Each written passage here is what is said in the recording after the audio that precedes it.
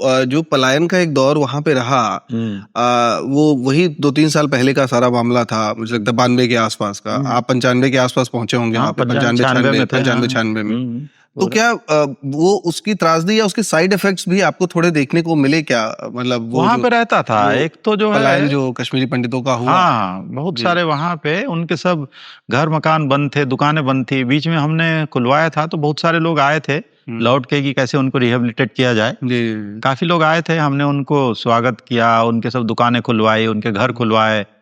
तो जिनके कपड़ों की दुकान थी वो तो सुरक्षित बची थी, जिसका दवाई दुकान थी वो तो सब पूरी एक्सपायर्ड हो चुकी थी, उसको बहुत लॉस था।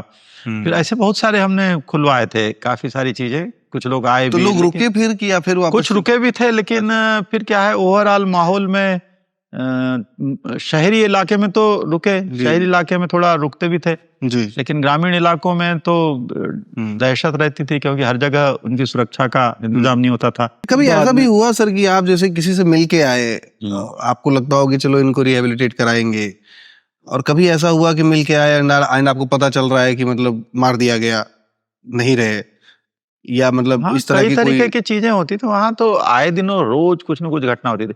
एक बार मेरे को वहाँ जो सरेंडर्ड मिलिटेंट्स होते हैं उनके रिहेबिलिटेशन कैंप्स भी होते हैं, उनके बीच बीच में है ना, उनको सबको इकट्ठा भी किया जाता है, हाजिरी वाजिरी।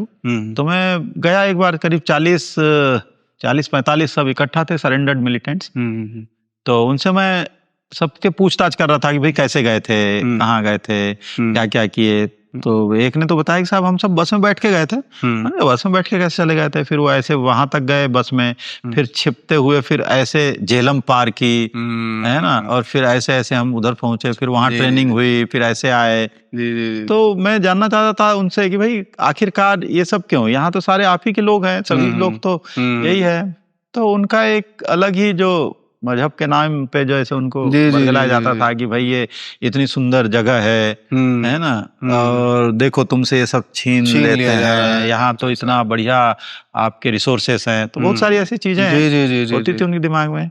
तो और भी बहुत सारी चीजें थी जो आए दिनों, बल्कि एक बार हम बहुत ही नॉर्मल तरीके से गाँव में गए, और एक बार जो उर्स लगता है मेला, वहां भी नॉर्मल तरीके से गए।